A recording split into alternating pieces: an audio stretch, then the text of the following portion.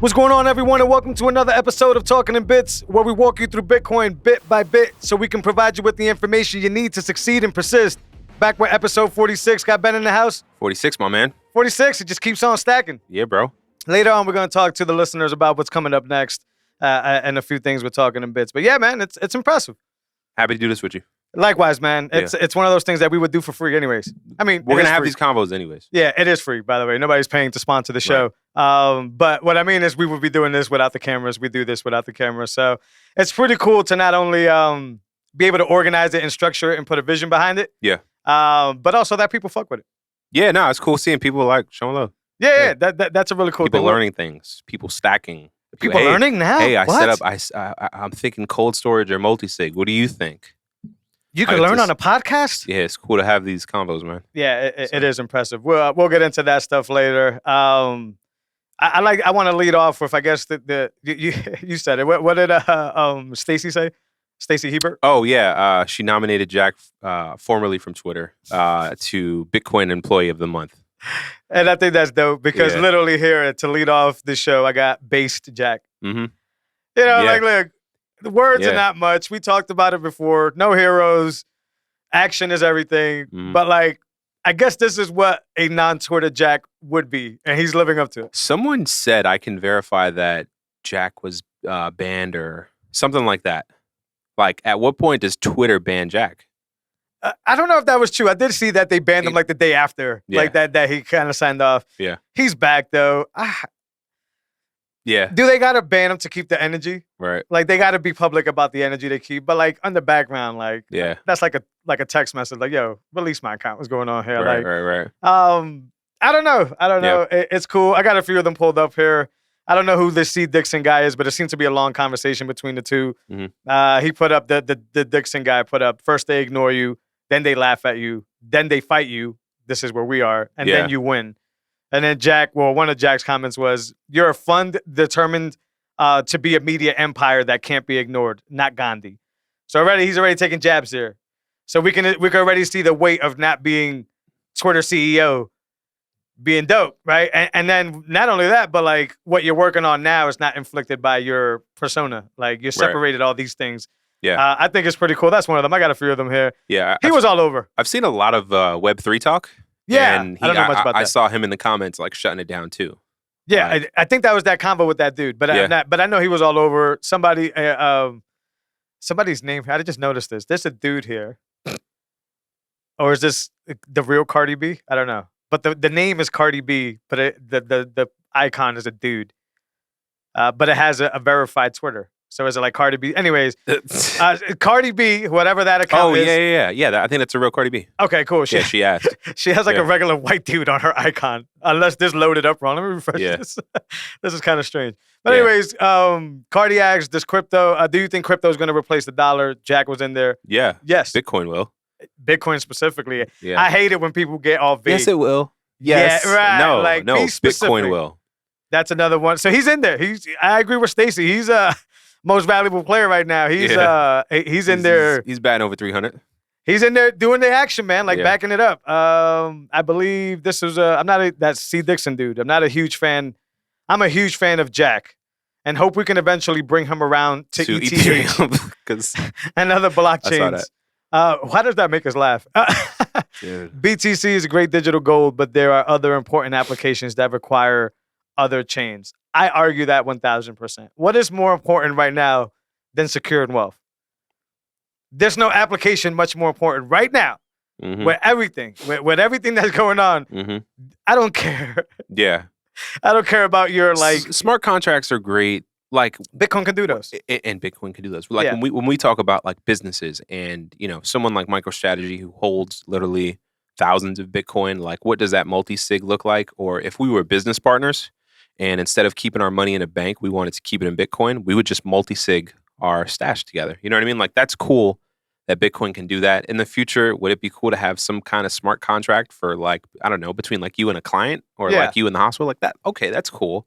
But again, that has nothing to do with you taking your energy and conserving it from the time pirates, aka the central bank. Like everything else doesn't matter if this doesn't work. So like, yeah, in the Bitcoin standard, Ethereum projects will be dope. And that idea of like, all right, well, the wealth is already established and now people can take advantage of these smart contract platforms and all that. But yeah, why am I gonna get hyped up for this Ethereum to do something for me when everything's about to go to shit? Like it won't I won't exist in theory to be able to enjoy your applications if this wealth thing doesn't work out. Mm-hmm. So like you have no argument here. Not to mention, and we talked about it, there's a board member from the World Economic Forum who's a member of the Ethereum Foundation.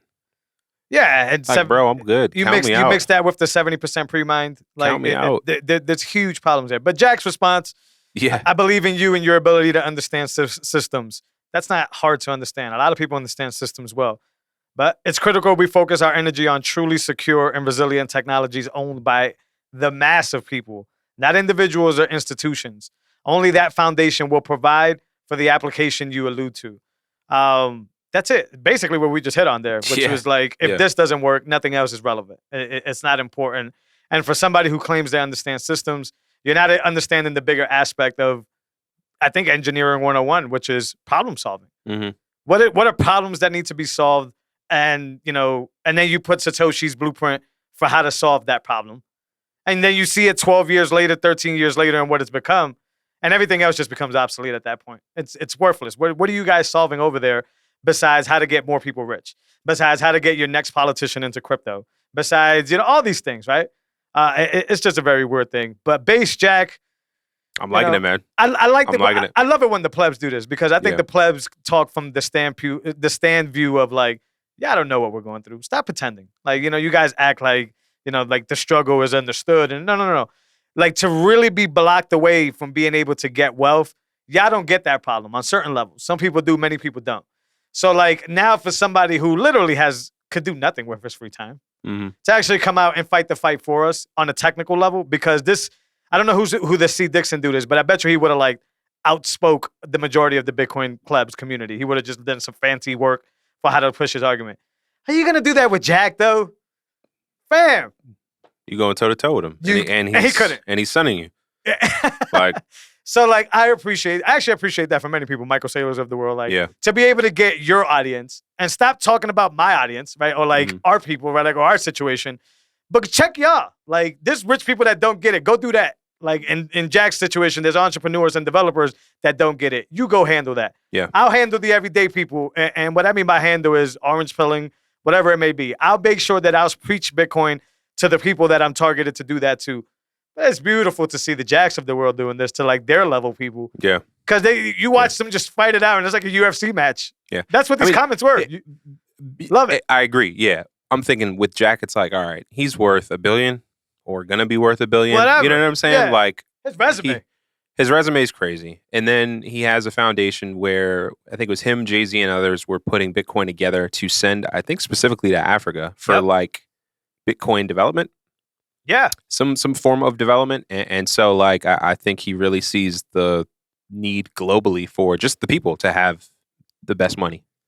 You know what I mean? Especially in this climate. So, I'm looking forward to seeing where that stuff goes, man. Yeah, I'm with anybody being based. I know a lot of people could fake the funk and then try to do it, but this just seems genuine. I think Jack just really gets the mission. We're like a week or two in, too. Of what? Of him being free. Oh, yeah. You know what I mean? Like, this is early. Yeah, and what they're about to launch, like, we talked about it with that whole, like, Jay-Z partnership and that whole, like, title and being able to have Lightning and its own ecosystem. And Cash App, like the monster that Cash App is. Cash App gets better, genuinely just gets better. They're killing it. They're very simple. And I still remember us, like, a year ago, like, or about a year ago, like, in January of this year, like, saying, like, yo, Cash App seems to get it. Like, they seem to be, like, and fast forward a year later. Spot on. Yeah, we've been on a bunch of stuff, man, which is an interesting topic in itself. Is this thing recording? Yes, sir. I want to make sure we got that recorded. Rolling. But, yeah, Base Jack is really good. Let's see what we got here. Let's see what more. Odell's story. I thought that was interesting. You shared it to me earlier. Can you he hit the listeners with that? He posted it's like 3 paragraphs on Twitter. Yeah. It's in a photo form, and there was some crazy scheme. Someone, I think, extorted like $140 million in a technical way. I think they used Coinbase to convert it to Bitcoin. and they tried to blackmail the people that they stole it from when they were going to call authorities. And allegedly, the feds got the money back when they obtained the seed phrase.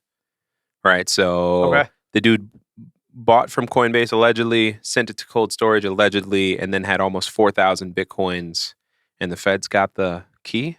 Where do you hide the key if you got 4,000 Bitcoins? How did the feds get it?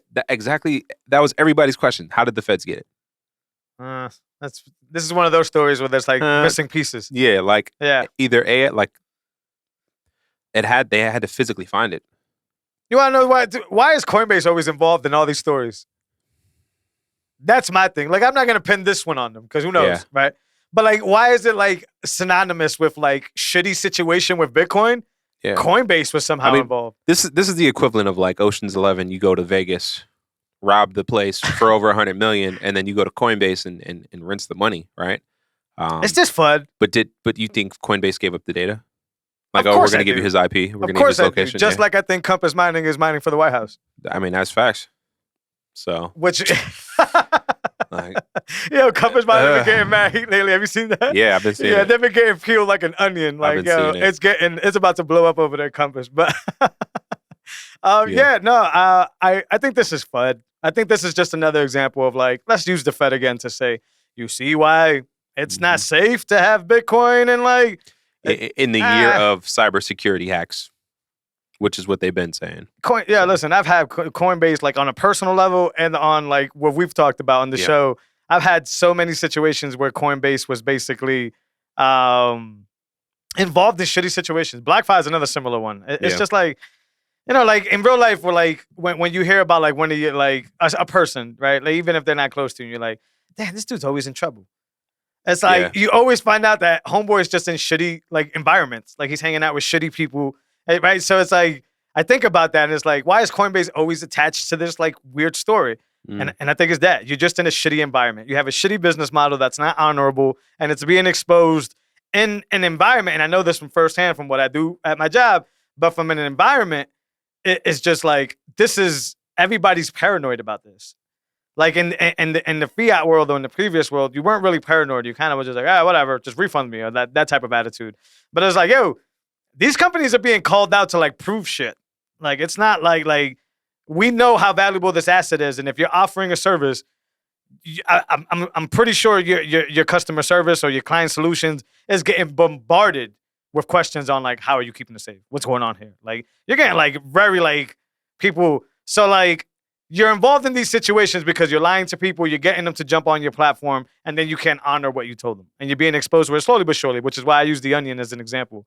But like, if this Odell story has any value to it, it's that same thing about the keys, man. It's very easy. It seems complicated to people, and I know it's scary to think about. Like I've seen this in action. When you tell somebody like, those seed words are everything, you see them glaze over like immediately. You see that look in their eyes when it's like, what? Like it really? Like this is it? And like they start going through like how fire, house burning, and all these situations, and it's like. That's tough to deal with, but if you really understood what this is about, that wouldn't be a problem. You would be honored to secure 24 seed words, right? Like it would be like there's this like privacy thing that this piece of custody that you have to secure that you'll be willing to secure with your life in certain situations. So I think this is fun. Yeah. Not to say that Odell pushes FUD. I just think it's interesting that Coinbase is involved, that the Fed's got the key. Very strange. And I don't know. There's very few instances where you can get a key. You either put it on a server somewhere, somebody got it. Coinbase gave it up. How would Coinbase get the key? Well, they're custodian, right? So like they have the keys. No, I think he sent it to a cold storage of his own. And then he bought off Coinbase. Yeah, he bought off Coinbase, sent to his own cold storage allegedly, and then that's easy to track. That's not hard. That's why block explorers and stuff like that exist. So you could just see like the correlate. This is where coin joining is important. So now if he would have went from Coinbase and he would have coin joined, then that Fed track trail would have been a little bit not impossible. It would have been muddy though, for sure. So like you can see it go from Coinbase, and then Coinbase is going to be able to give to the Feds the information of the receiving wallet. Yep. And then the receiving wallet, it's not hard to see what addresses stem from it, and then from there you could work, to his cold storage. But yeah, man, like we talk about it all the time, boating accidents and all that stuff. Like unless you give those words up willingly, or unless you put them somewhere dumb, like an AWS server, Even LastPass, which is a credible service, don't throw your 24 seed words on LastPass. We had a convo before. You were like, oh, Facebook doesn't hold your data, but they just buy all the companies that do hold your data. Like, don't put your info in LastPass. What if they're bought out? Just don't try. Like, understand that if it's cloud connected, that means it's somebody else's computer. It doesn't matter if it's LastPass or whatever. So those services that you're getting are encrypted and they are very good, but not enough to secure your whole wealth in, right? Like, I've seen examples where people have like in the business I'm in, test devices, and you could put in LastPass and seed words that mean nothing. But if they're securing anything, even if it's 100 sats, in my opinion, if they're securing everything, you got to keep that offline by all means, and just go down a lot of these guides. They have the C plate guides and all that. It's muddy when you start to give people opinions on spec ops and what they should do, because to a certain extent, you don't want to tell them you're spec op, right? Yeah. And that's how you give the best advice, is by giving personal experience. But also, everybody's risk tolerance is different. My paranoid spec op may not be for you, and it may fuck you up because you're not as paranoid as I am. So that's always shady about keys. But in this situation, I think it's FUD. I think this is another one of those that end up in the FBI file or whoever the government's file on what can we use to say that this is an unfriendly tool. Oh, easy. Yeah. And that, we can always get access to everything. Yeah. You can't. Nice try. You just can't. Unless I leave it somewhere like a nice little honeypot that you can get this information. Like if you break into my apartment or to my house, and then in my journal you see my 24 seed words, then it's all yours. But other than that, if this person was doing the boating accident, I don't know, it's in my head thing, I find this nearly impossible. You think they waterboarded him? But literally tipped them upside down. I don't know. Nowadays, man, wouldn't be surprised. Nowadays, I'm done. I've told you this before. I don't know if I've said it on the show. I don't know shit about shit. Yeah, I like that. That's a good way, because we are in an environment where everybody seems to know everything about everything. Mm-hmm. And I posted this earlier. Everybody's pissing on each other and calling it rain. Right. So to me, it's I'm cool with not being the smartest dude in the room. I've always been that way anyways. But in this situation, I don't know what's going on here. There could be some shitty shit going on. We could go down rabbit holes upon rabbit holes. I think it's worthless when you know too much. I think it hinders your thought process. And I think it builds misconceptions into your thought process unconsciously, just because you feel strong about something, and that now makes you put on a certain pair of glasses, and then your decision gets made through those glasses. I don't know shit about shit. I'll be the first to tell y'all. If I'm giving you some advice, I probably did it myself, and I'm just sharing my experience. But shit like this, are the feds involved? Do they know? I don't know. Somebody even told me that whole early Satoshi, those types of early developers were all CIA. Yeah. So it's are we all part of something? I don't know. But I'm gonna go on a limb and say, if I were to guess on the surface, this is FUD. And if it's not FUD, then shame on you for giving up your 24 words, because I refuse to believe that they hacked into it. That's same one here. thing I'm same gonna here. Same here. We could go back and forth and backflips on how. Yeah. But they hacked into it. I don't think so. And that's been proven before. But speaking of wallets and speaking of security and speaking of all these things, Strike has bounties out. Bounty is usually a bad thing, by the way. It's like a bug or anything. Yeah, but they're giving donations. I don't know if they named it as a bounty, but it was it's like a reward. That's exactly I think they're looking to give away 3 Bitcoin to 3 different people or groups or whatever. But they want non-custodial, non-KYC Lightnings that are open source. Yeah. And so, I mean, that's people's issue right now. Lightning wallets or even something like a Strike to be non-KYC. So I think a Lightning custodial wallet is a good start, non-KYC, and then figure out how do we loop that with something like BISC. You know what I mean? Yeah. I don't know. To truly be, We need bigger conversations about this with somebody more experienced. But to me, if you want non-KYC and you want these things, there's always that trade-off that goes with it. And I think, as from my information, from knowledge and what I know about Lightning is that unless you're willing to channel manage, there's always going to be somebody involved. Yeah. Meaning that I don't know. I don't think it can be KYC yet. This is what I'm trying to say. What I think about Lightning is that all us normal users always want. Yeah, hey, it should do this. It should do that. It should do this. But can it do that and do it effectively? That's a better question for somebody who's in it. I don't know if that's the case, but I applaud Strike and any company, because we talked about Block. Are they called Block and the Africa donations and stuff? Any company willing to put up rewards for developers to solve these very complex problems out. Mm-hmm. So shout out to Strike on that, and welcome back. It feels like kind of Strike has been kind of like quiet and like in the loop. I know they've done a few posts and stuff like that, but like welcome back to the announcement board. I think Bitcoin needs this type of like pump again, like these news articles coming Innovation, out. Man. Yeah, and Strike is always really good at timing that well. They come in at the right time and boom. 2 episodes we talked about, hey, what do you do when the competition's there? You know what I mean? Yeah. And so like continue to innovate. Yeah, and this is funny to say. Jack is Jack's competition right now. Oh, absolutely. What Dorsey's doing and what Mahler's is doing. It's funny how Jack is always saying like let's compete to like the floor or whatever, or to the bottom, whatever he says. Like now you're gonna have to eat that, because I think Dorsey's gonna give you a run for your money. And not in a malicious way, but in an innovation way. And welcome back, Strike. You should start doing more things. You should start talking about that open API that you announced about a year ago. Bounties like this. I hate to call it a bounty, but rewards like this.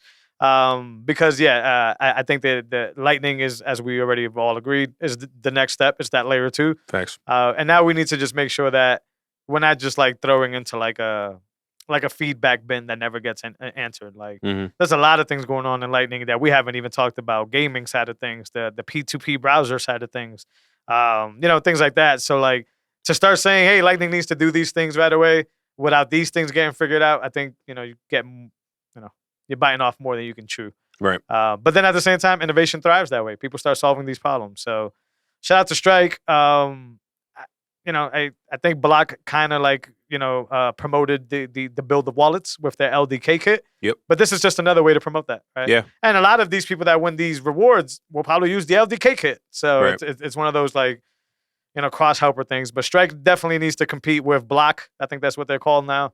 Or is it Spiral? I think Block is like what Square used to be. Yep. And then Spiral is like the Bitcoin focused company of that whole umbrella there. Yep. But shout out to that. If you're cool with moving on, I got Stephan Livera's analogy. Yeah. Saw that a little bit earlier. Yeah, I read it on I'm Twitter. I'm going to pull it out so I can get it. I've heard similar like this before, but it was a well-timed one, at least in my opinion, and what I was doing in my day. And it's Stephan Livera, by the way. I say Stephen. It is Stephan Livera. Holding fiat is like being on a treadmill. You have to keep walking or running just to stay in the same position. Using Bitcoin is like being on an airport moving walkway. It assists you to get where you're going. Facts. Simple. Good analogy. It speaks for itself. I mean, I don't know if y'all have ever been on an airport moving walkway, but it's exactly what it is. You just stand there and you get propelled forward. And the cool part about it is that you don't have to stand there. You can actually still walk. You walk with it and propel advance. Yeah, man. So yeah, perfect analogy. Bitcoin is that tool. That's exactly what it does for your wealth. That's exactly what it does for everyday life. It just allows you to move and get a thrust and be able to move forward faster, be able to accomplish a lot of things. If I were to say that my 2021 was that, it was just a propellant. It was just one of those things. Bitcoin fueled that, of course. But the one before that, how fiat is, like being on a treadmill. You could walk really hard. You could run really hard. I've heard people tell me a lot. You've told me this myself. One of the hardest working people I know is you. That's great. But does it really mean anything if you're in place? Does it really mean anything if that treadmill keeps you there?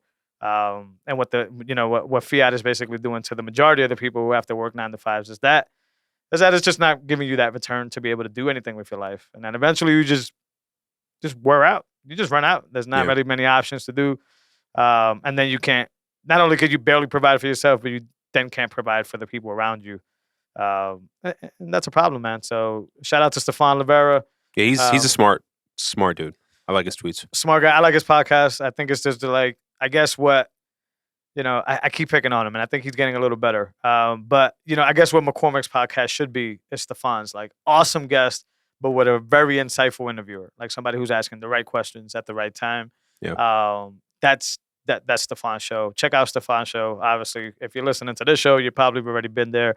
But that's a lot of signal in that podcast. He has a lot of different guests in all avenues: mining, pools, nodes, Lightning, right? Like actual Bitcoin on chain.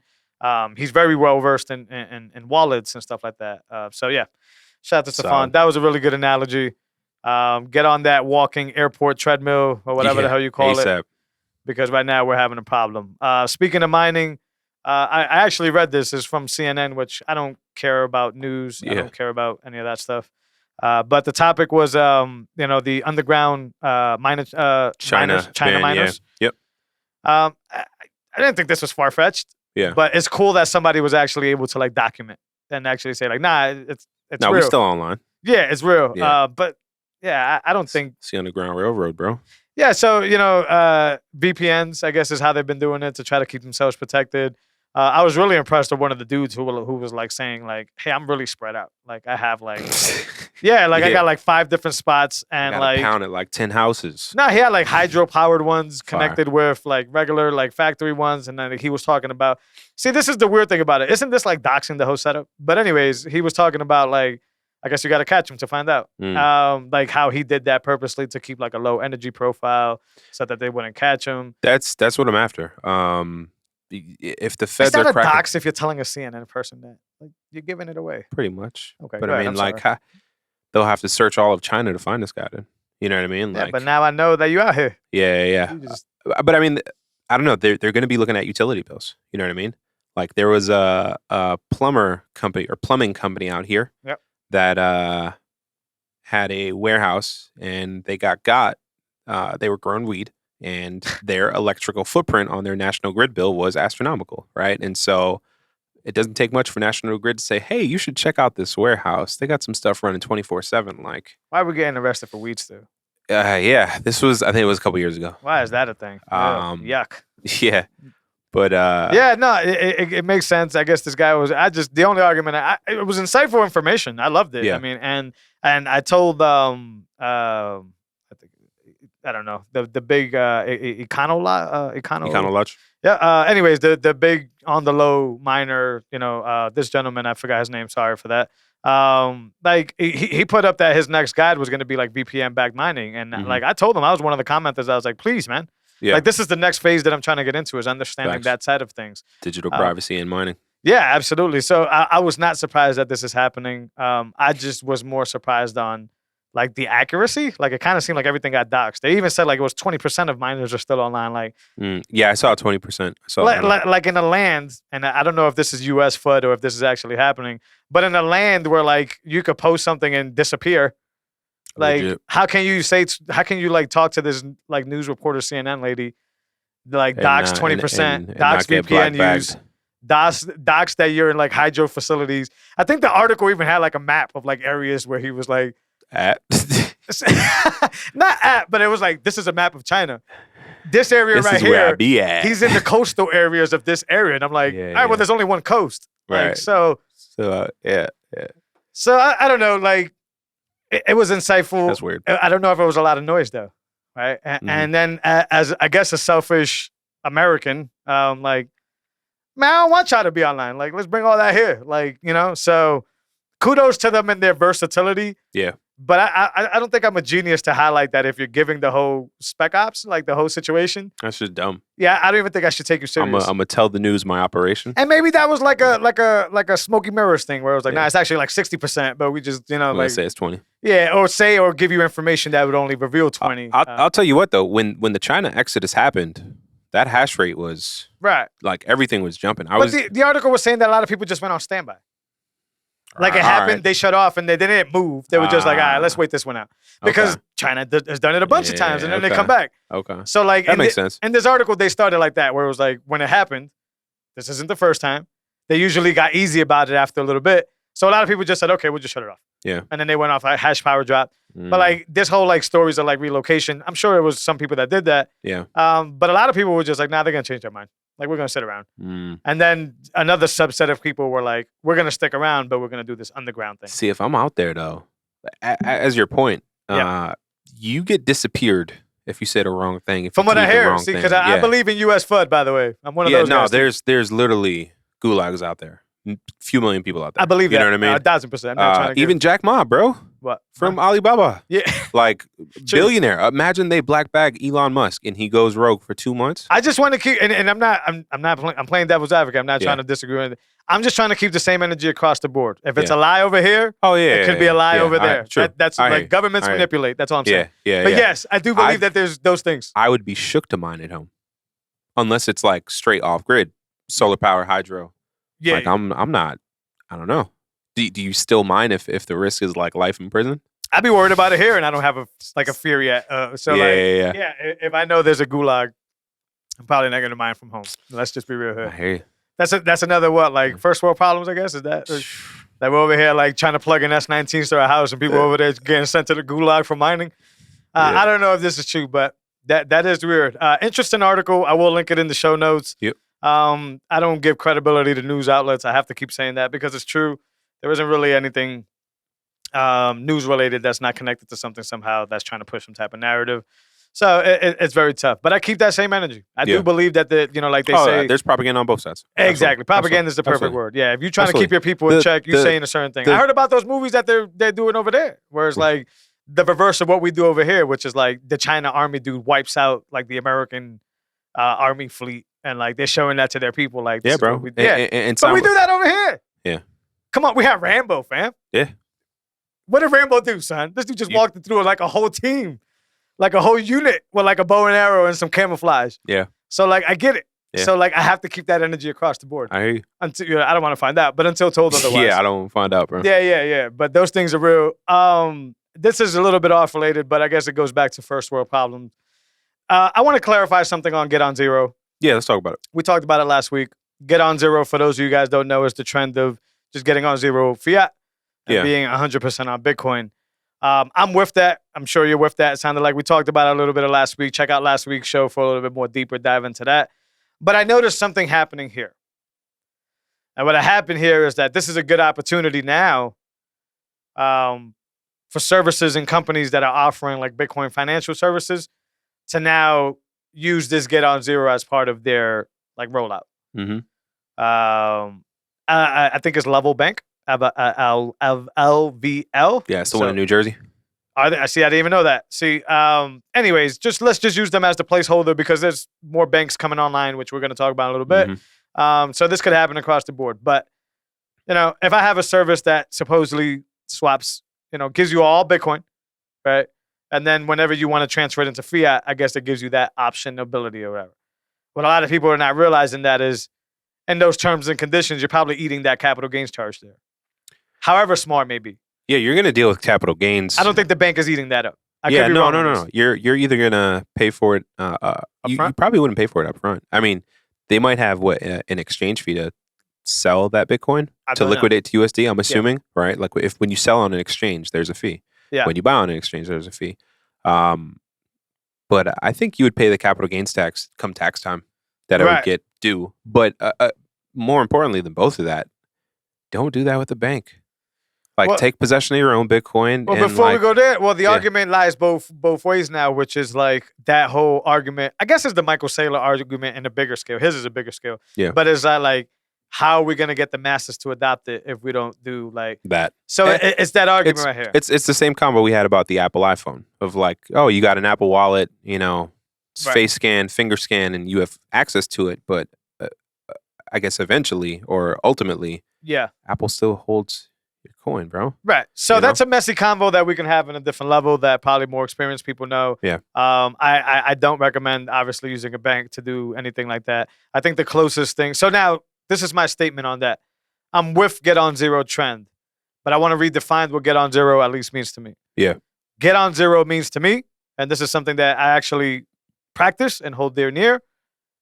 Dude, it's easy to chalk up what you need to spend and then swipe the rest into Bitcoin. Facts. So, if you get a paycheck, to me, Get Zero is, let's do easy math here. Mm-hmm. You get $1,000 paycheck. Yep. You got to pay $700 in expenses. Yep. You buy $300 in Bitcoin. Easy. Done. Boom. Get on Zero. That means I have zero. $500 gets you 1 million Satoshis. Do you want to be a Satoshi millionaire? Stack them now. Well, because what this is going to do now is going to force you now to be very critical about your purchase, meaning that it's an extra step you have to take to come backwards now. So now you're going to start weighing everything in sats. So now you're going to literally be like, is this purchase worth me cashing my sats back out? Because I got nothing left after I paid my bills. Yeah. And 99% of the time, the answer is going to be nah. I could delay this gratification. So you're going to program yourself by getting on zero, which is why I'm so big on getting on zero, to basically spend better, because you're going to sweep it into Bitcoin and then you're going to realize that it's no reason to bring it back the other way. So clarification, I'm not with shills trying to get in here and push products that align themselves with fiat initiatives. That's not what get on zero means to me. It's not what get on zero should mean to y'all. And in the last episode when we talked about it, I didn't explain that deep enough. Be smart about it. Don't get that capital gain swap. Get on zero to me is just don't have a savings built up of fiat. But this is not financial advice. Everybody's needs are different. What I can do and what other people can't do, that's a different story. But yeah, get the fiat. Spend what you got to spend. Like budget. Oh, wow, budget. Yeah, budget accordingly. Have a little bit left over to do the extra stuff.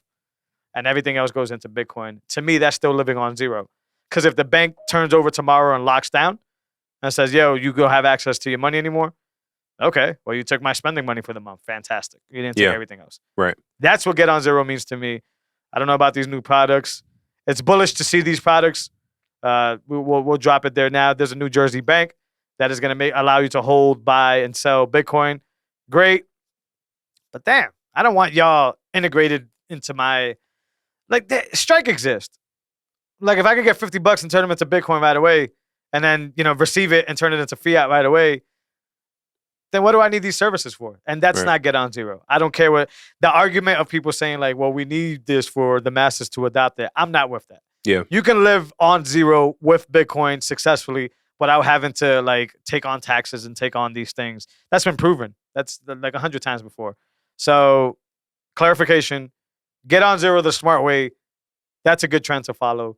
Get on zero by signing up to a KYC service that's going to allow you to do something that's going to screw you over in the long run, like taxes and these things. Pointless. It goes against the whole damn thing. And I have seen a few people here shilling services like that, claiming that we have to be able to live in the fiat world with Bitcoin. I can do that with other services. It's not hard to do at all. Right. Yeah, the day when banks are DCAing. You know what I mean? Like with my shit, because they're not going to give you your keys. You're going to buy Bitcoin from them, and then they're going to start doing the BlockFi shit in the background. They'll be able to just basically 10x whatever they have on deposit and buy Bitcoin with it, and then play other games, bro. Come on, it's the same thing BlockFi does. You're right. People are some crazy motherfuckers, man. Like I count myself in that. Like, we like repetitive damage. Like, there's obvious things. It's like that whole thing where, like, yo, do people read signs? No, they don't read signs. It's like we something about us humans loves to get into the same bullshit over and over again. That's what that's what's happening now with the world. It's like we've seen this before, and we don't learn. We never learn. It's just one of these weird flaws of humanity. And this is another example. Why would you do this? BlockFi is the recent example. They're showing you that this is a bad idea, and we love it. It's just like, oh, like, it's what spank me daddy, I guess, is like people say. It's so weird that this is such a bad model, and there's people out here saying, like, nah, because Bitcoin is included, it's now somehow a good model. Stop. Give the banks your Bitcoin. They're going to make a shitload of money on it in the background. If not, like you said, just buy their own Bitcoin with it, and you don't have the keys, and they're still going to lock you out in that same example that I said, where you wake up in the morning and they lock you out. Listen, if I have my money in Level LVO, and tomorrow morning, because of FDI or whatever, Level decides, thank you, FDA decides to block it. Well, guess what happens you're right. FDI, I'm thinking food. I don't, any of these damn bullshit fiat acronyms that don't mean shit. People just getting money off of you. That's what these acronyms stand for, basically. So that situation right there, if they lock you out of your account, do you think Level is going to come to him like, hey, your Bitcoin is going to be here safely for... No, you're locked out of your Bitcoin as well. So get on zero in that situation is like legit a setup trap. So side with who you want to side with. I do see this like an internal battle going on right now with this situation. You could live off Bitcoin and get on zero and not have to do it like some people are saying. I wanted to clarify that because as I'm reading, I'm like, oh shit, we were big on get on zero last week. Mm-hmm. Like we were, all right, and we are. The concept of it, but the execution is important. I agree. No shilling here. I'm not going to show you guys anything. If I use it myself, I'll let y'all know. Something about that example right there just sounds stupid to me. Like, if BlockFi shuts down tomorrow, it's over. If Level shuts down tomorrow, it's over. Like, to what extent? Yeah, the one thing that is somewhat interesting, there was a service that just announced they're doing Bitcoin mortgages. Yeah, that's cool. You brought that up. Yeah. All right. What are those terms going to look like? In that know. instance, maybe I'll put down some coin to get a bigger house or something. Yeah. As a down payment, but like I'm going to do everything I can to pay that off in 5 years and not 30. That's a weird one to me because that's also a deep conversation. Of course, people should be able to use Bitcoin as collateral to do these things because everybody's means is different. Excuse me, but it goes back to the whole, like, we've talked about this. I actually had a rant about it for episodes where, like, the property doesn't mean shit. Like, so it's like now I'm putting up this, like, actual ownership property in Bitcoin and then putting it up as collateral for something that doesn't mean shit. That could still be taken away from me. Because even if the collateral is different, the terms are the same. Yeah. So, like, I need somebody to explain why this is even a thing, besides the fact that if I'm broke and I've been DCAing for a while, I can now buy a house. Yeah. Like, that's cool. But and maybe the terms are better than, say, getting a Bitcoin back loan, right? And then doing it that way. I get that part of it. It should be.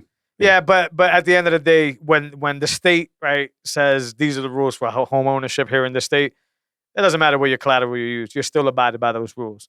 So think about it, that you would spend 30 years paying back this to get your collateral back, and it still doesn't belong to you. It's very weird. It's I don't know. It's one of those things where, like, that's how I feel about IRAs too. And a lot of people are like, you're just being naive. You just don't understand IRA product. Yeah, I agree with that. But to me, it's just like, what are you betting on, right? Because to me, I'm betting that the IRS doesn't exist, right? Like, come time, right? So it's like, that's my bet. Am I wrong? Am I too maxi for that? Am I a lot of different adjectives?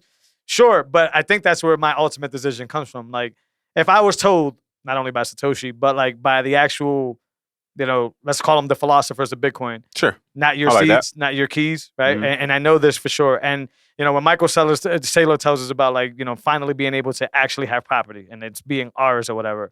Custodial rights. Then none of this shit means anything to me. Like, none of this other stuff, like, means anything to me or is worth me dipping into. Because, yes, there's benefits to an IRA. There's benefits to a Roth. You pay the tax up front. Then when you go cash out on your Bitcoin or whatever. It's not taxed. Are y'all forgetting that I keep telling y'all that, like, I won't be cashing my Bitcoin into fiat? Like, it's a thing. Yeah. Like, a lot of people say that. Yeah. And you can follow this show all year long. Yeah, that's been a theme, man. It's the energy. Like, it's backwards to me to talk about fiat in the way we know and talk about fiat, and then always have this, like, safety net where it's like, yeah, when I sell this Bitcoin and I live in my Citadel, and y'all lost it. Yeah, y'all lost the gist. It's not supposed to happen that way. I was shooting with a friend earlier this year, and talking about crypto and all this stuff, and he's like, Bitcoin, and are you going to sell off because it's probably going to dip off for the winter? And I'm just like, fam, no, this is accumulation. Like, yeah, it's never going to turn. He's like, are you going to sell it in a few years? Like, no, fam. Like, you don't sell real estate in Central Park. Yeah, you know what I mean? You hold on to it forever. Like, people don't understand it. Yeah. Well, what he's not understanding is probably, like, how bad of shape this dollar is. Nah, he knows. Okay, he knows. But people still just have this, like, fiat mind. Like, oh, I can do this and I can get so much fiat. But, like, bro, that fiat is melting ice cubes. Like, you rappers holding money. Yeah. And diamonds on your neck. I mean, the diamonds will hold their value and go up. But, like, if you're flexing dollars, like, that's literally trash, bro. Yeah. I agree with that. So I don't know. These products ain't for me. But also, they're not designed with me in mind. Right. Like, they're not designed for the maxi pleb, whatever in mind. So I do applaud these, mortgage and these IRAs and these things coming into the industry. It allows us to, continue to stress test Bitcoin and apply it to different scenarios. But, like, unfortunately, I know what the dollar is doing. And unfortunately, I know what Bitcoin is doing. Well, fortunately. So to me, it's just like, that comparison can never be blurred for me. Like, it's very easy that's a bad trade-off. Yeah. And for a lot of these products, I think it's a bad trade-off. If you're doing the IRA, you're either already a boomer and that has a big IRA and needs to take care of that, or you're betting on the IRS giving you tax-free money in 30, 40 years, which... I'm not that confident in USD. You might have lost that. Yeah, you might have lost the gist of this whole thing. But if you really think that the IRS will exist, and that's a gamble for you to take. I mean, it's a step before that. Do you really think Social Security is going to pay you out 40 years from now? No. Probably not. Probably not. So is that far-fetched to think USD and the IRS will pay you out 40 years from now? Yeah, so what's the tax benefit there? Yeah. And all right, and let's say you sell out down there and you actually have to pay some taxes or whatever. I still think that decision is worth paying the taxes for. Like, I still think it's like, well, I rode this motherfucker till the wheels fall off and this is it. I still think you'll be wealthy enough to take a hit on those taxes and be okay with that, if that's the case. As opposed to the contrary, which is you defer these taxes for so long for that promise to never be paid out to you anyways. So this is not a knock on anybody using those products. Just be careful. And if you follow this podcast, at least Jose is very big on like fiat tactics mixed in Bitcoin. Always a no, always a bad idea. We're going the wrong way. That's for companies that do wallets all the way up to big financial mortgage companies. And I do know the Michael Saylor strategy, which is like, in order for us to reach supreme adoption, these things have to be integrated in everyday stuff. I do get that. I'm not oblivious to that. But then let the serious people get more of it, right? Yeah. Like, I'm not in no rush for mortgage companies to come in and play these games, nor am I in a rush for the stories of heartbreak that come with that. I don't want to see the first Twitter story that says, yo, man, my house got taken away plus my Bitcoin is lost. That story's going to happen because these new services have to be tested. So now somebody couldn't make a payment on their house. The house gets repossessed. And then the lending company says, well, guess what? The collateral is ours now. So now you lost both of those assets. I'll keep it on it. My dad bought land, cash, paid for a house, or got a house, put a down payment. The land was really expensive. 08, 09, during the bank crisis, pretty much lost the house. Yeah. You don't get that land. You lose both. Yeah. You know what I mean? And you don't get the collateral back. Exactly my point, right? Yeah. In that sense, that transaction, the land was collateral paid cash. Yeah. You know what I'm saying? Six figures back in the 90s. This episode literally named, it's a bad trade-off. Like, mortgage-backed things, anything backed with Bitcoin, it's just not worth it. It's way too early. I hate the internet example, but imagine if you had a big piece of the internet and somebody said, nah, fam, don't worry about it. Like, yo, just stake this and you'll get 8%. Man. It's just terrible advice. I'll give you 8% extra. That's advice that I'm actually willing to sit behind. Like, this ain't financial advice for anybody, but don't collateral your Bitcoin, especially for fiat. You're not getting the story. You're not getting the gist. I saw one dude do it for a real estate flip. I don't know. You know more about that stuff than I do. I could see how that's a good way to get quick capital. And if the numbers work, but no, I'm with you. Like, don't leverage your Bitcoin. And most people aren't leveraging their Bitcoin for a real estate flip. I saw one dude, he sold off some Bitcoin. It was a Reddit thread. He said he paid off his debt, he bought a Hellcat cash, and he did something else, and he still has 20 plus Bitcoin left. But it's like, bro, you're still dumb. Yeah. You paid off a car note, you would have got 3-4% interest on that. And the way inflation's running, like, it's just dumb to pay cash for that. And it's dumb to sell your Bitcoin for that, Yeah. No, and I also, you've actually shown me this in practice, and we've talked about it before. Like, you take chances. Scare money don't make money. There's these ideas. But, like, listen, if you have a small fiat stack, gamble with that shit. Stop gambling. Or if you have some shitcoins, you shouldn't. You're ashamed. Don't listen to the show if you got shitcoins. There's nothing here for you if you have shitcoins. It just doesn't work. Incompatible, bro. Incompatible. Right. This info does not apply to you. But, like, if you got shitcoins, play around. Do what you got to do. Like, take chances with that. I don't think Bitcoin is one of those things to take chances for fiat. Yeah. Is there something more prime that comes down the road that is like, all right, this is a comparable trade-off? Yeah. Cool. But not for fiat. Definitely not for fiat. Let me just name that so I don't forget. All right, man, we're kind of deep into time here. We don't know if this is going to be the last episode of the year. We have some plans for next week. So we just wanted to highlight here a few things. I'll let you go first. Just a look back on this year. We literally started this podcast January. Like, we already had some episodes up. So this is a full year in or so. We're going to hint on what we got next coming up. But, how's this year been for you, man? What do you think about the Solid. I think it's been good. Again, it's cool to see friends and internet friends kind of asking questions, engaging with Bitcoin, learning about it. What is cold storage? What's a Lightning wallet? And seeing it click for people. Like, I like that, bro. It's encouraging. Yeah. So it's really good. On my end, same thing, similar. I just, to me, it was just I had an idea for this thing, and I'm glad that, and respects to you, first and foremost, thank you for everything. Thank you, bro. Right? Like, this high definition and all this quality, and even just the brainstorming back and forth always goes through you, and it's a fantastic thing. So thank you. But one thing I really want to thank you for, and maybe the listeners don't get, to get the insight on this, is like, you've allowed me to honor what I visioned in the beginning. Yeah. Right? Like, a lot of time you get into these partnerships, and it's like, well, I got this idea. You knew that I had an idea for it. It might have taken a while for it to transfold. Yeah. But, like, we stuck to our guns, and I appreciate that. Yeah, bro. And exactly what I envisioned this being a year ago, around the time when I was figuring this out, was what it is now. Yeah. An educational platform where there's nobody involved in painting the narrative. Like, it's really freedom radio. It's our talk. It's off the whim. There's no 5-minute ads. No 5-minute ads. Nor will there be any plan to not anytime soon. But I honor that and I appreciate that. That's very tough. As for the listeners, you've been riding with us. You've shared it. You've listened to it. We see you.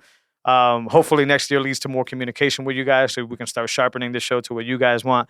But we know you're here. We appreciate you for all the support. And we got some cool stuff coming up. I echo all that. Looking forward to it, bro. Yeah, for sure. Likewise, man. So we don't have the snippet here, but we got a brand new redesign coming. Yeah, man. It's pretty good, man. You want to talk to them about it? Yeah.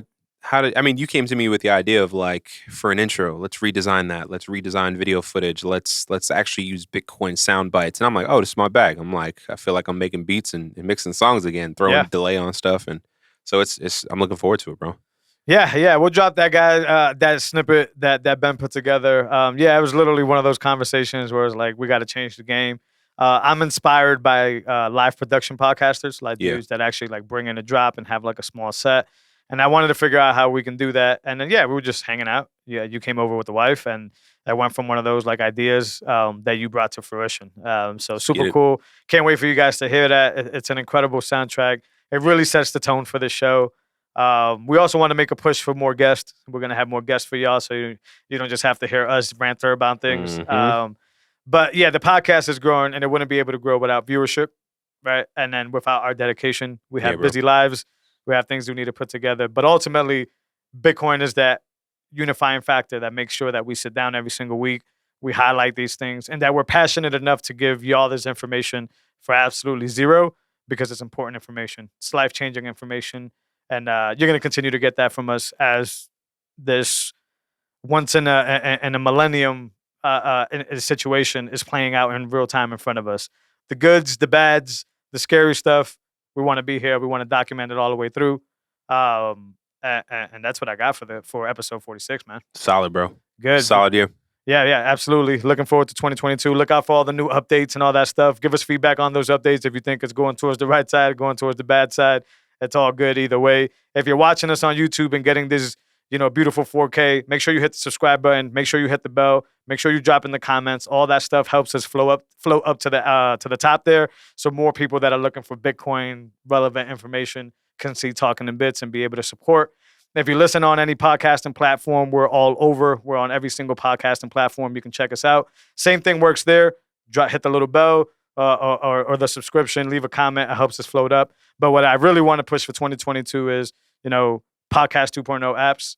We've been one of the early podcasts from very early on. But now there's a lot of developers that are giving you guys the opportunity to stream us some value easily without having to do like nodes and all that stuff. So we plan on having a few of these developers on to talk about their product. But podcasting is the way to go. Value to value is the way to go. And this allows us to never give you 5-minute ads and allows us to be able to continuously have these conversations. It's also a good barometer to see how much you guys are rocking with this. So we appreciate you guys for that. Breeze, Fountain app. I like Fountain app. I use it on a day-to-day basis. It's super cool to send sats. I recommend you check that out. And that's it, man. Episode 46 in the books. In the books, brother. All right. We'll talk to you guys soon. Later.